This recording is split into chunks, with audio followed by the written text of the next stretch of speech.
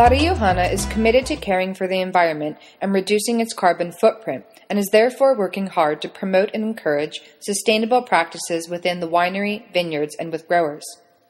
As proof of this commitment, they have carried out a carbon footprint audit, the preliminary results of which show that the carbon footprint caused by production is relatively low compared with figures reported for wineries in Europe and Australia.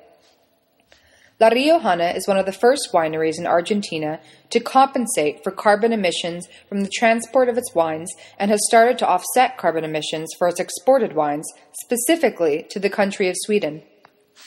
La Riojana is also implementing a carbon-neutral program for the entirety of the grape-to-bottle process.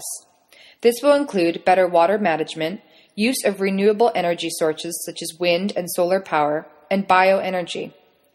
La Riojana is hoping to install the first of 9 high-efficiency pumps in its organic, fair trade certified vineyards by the first half of 2011. The overall goal of La Riojana is to become carbon negative.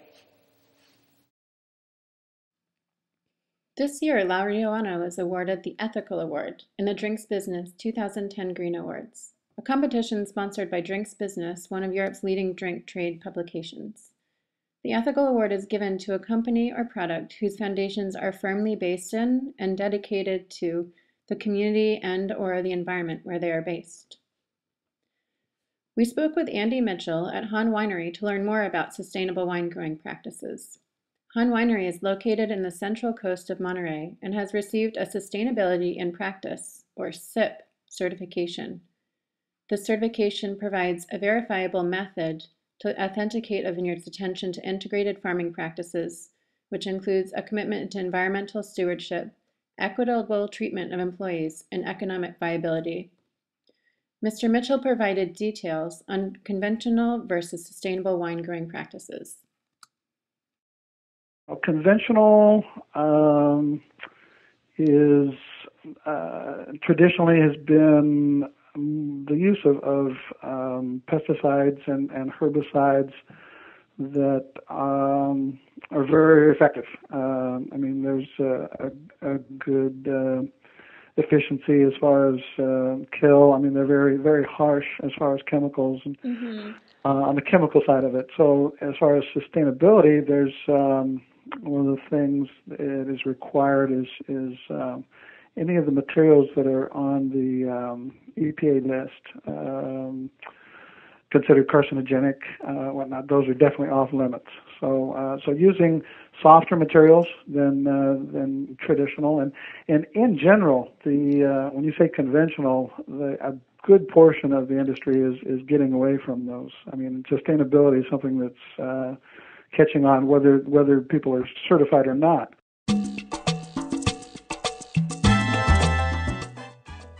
Drip irrigation is an irrigation technique which enables more sustainable agricultural practices.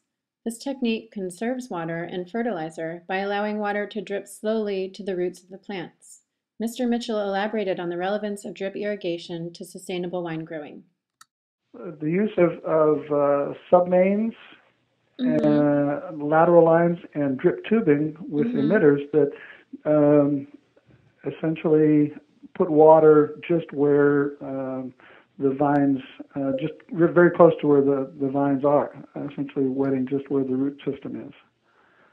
Okay, so it's a lot more efficient. Yes, yeah. And the more conventional practices, the old table grapes and raisins, they go out and plow the field and put furrows, and you'd run, large volumes of water down the rows. And you would only do that maybe 2-3 times a year, maybe 4 times if it's a hot, long year. But with drip, it's much more metered, and we have, like I said, much more efficient use of water. You've got a lot less evaporation. You've got a lot less of water moving through the root zone, past the root zone. Less chance of leaching, some of the fertilizers we do put on, past the root zone. So very efficient method of irrigation.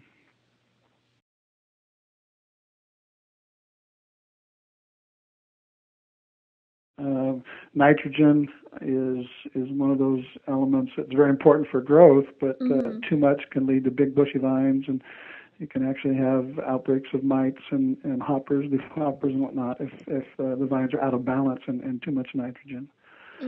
In the past, it was pretty much, you got a regular program. There was, a ball or rule of thumb that you needed so many units of nitrogen each year, so many units of potassium. And what we do now is monitor much closely. We've been using cover crops for quite a few years. And what do the cover crops do?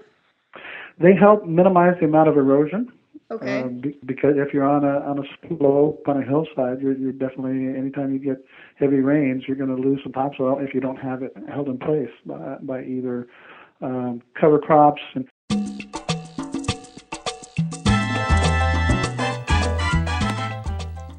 La Riojana has always held good ethical practice as a core value of the cooperative. Since their establishment in 1940, they have remained strongly committed to a fair philosophy. La Riojana remains totally committed to cooperative principles by providing integral support to individual members, producing and commercializing their production, and allowing an adequate return for their raw material. This in turn promotes the development of human capital, which is in alignment with the principles and philosophy of fair trade. La Riojana's vision is one of increasing exports whilst at the same time encouraging care for the environment, social responsibility, and organic and ethical practices.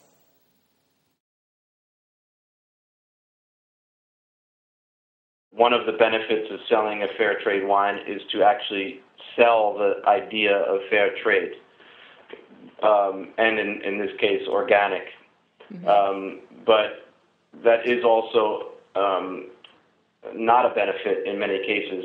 For instance, when it gets to the store level, it winds up getting put in an organic section or a fair trade section, which is something that the general population is not necessarily looking for. So you can wind up with, you have a nice story to tell, but you can wind up in reality with lower sales because of it.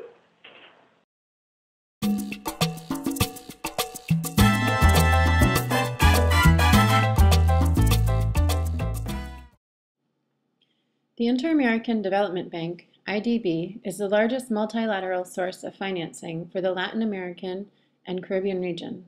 It was founded in 1959 to support Latin American and Caribbean economic and social development, as well as regional integration.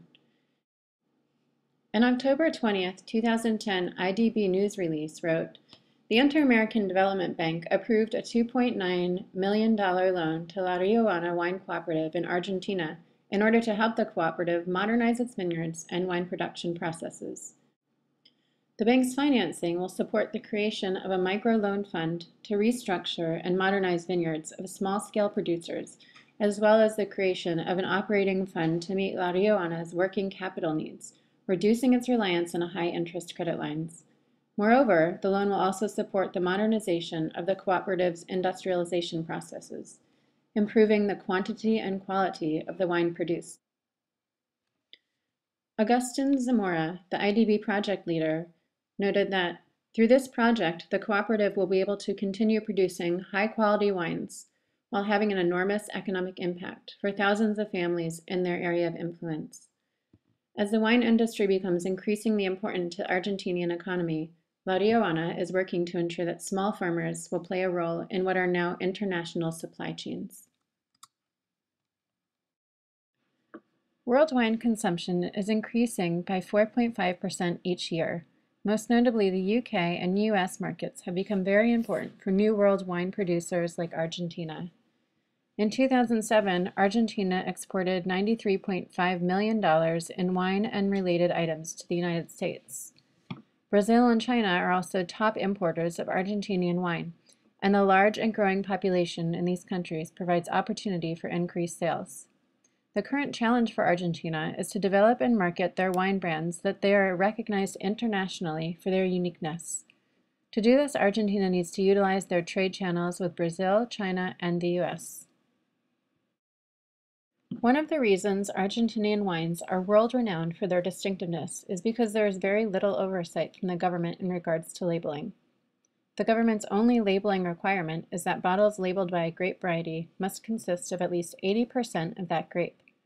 The benefit of this policy is that each winery can then make minute changes to create individual flavor. The Argentinian government has also intervened in the area of wine diversification. Since 1994, the Argentinian government has been implementing a diversification policy in order to establish price stabilization through a reduction of wine in the domestic market and in order to promote exports. To reduce the amount of domestic wine produced, the policy requires that every winemaker turn a set amount of grapes into a concentrated grape must, which is a sweetener made from grapes. This policy has had mixed results because it has limited the ability of regions to increase specializations. For example, for certain regions like the Mendoza region, where La Riojana is located, it is less profitable for wineries to make the grape must. This government intervention has been controversial since its implementation. However, it continues to be enforced. In addition to its diversification policy, Argentina has promoted its exports through international agreements. Argentina is a member of the World Wine Trade Group, which includes Australia, Canada, Chile, Mexico, South Africa, New Zealand, and the United States. Member countries have agreed to mutually accept the winemaking practices of the other parties to the agreement and to facilitate trade in wine among the parties. These policies, as well as La Riojana's potential for scalability, indicate the positive direction in which they're going. La Riojana has created a business model with a bottom line that has wide-reaching benefits. Through its cooperative, their profits make significant social contributions to local communities. And its attention to environmental stewardship is an important focus to stay competitive in today's global economy. Additionally, La Riojana's participation in international agreements and achievements in global competitions highlight the breadth of the company's reach. People whom we spoke with about La Riojana had nothing but positive feedback to say on their business model and product. We believe La Riojana truly exemplifies a triple bottom-line business model.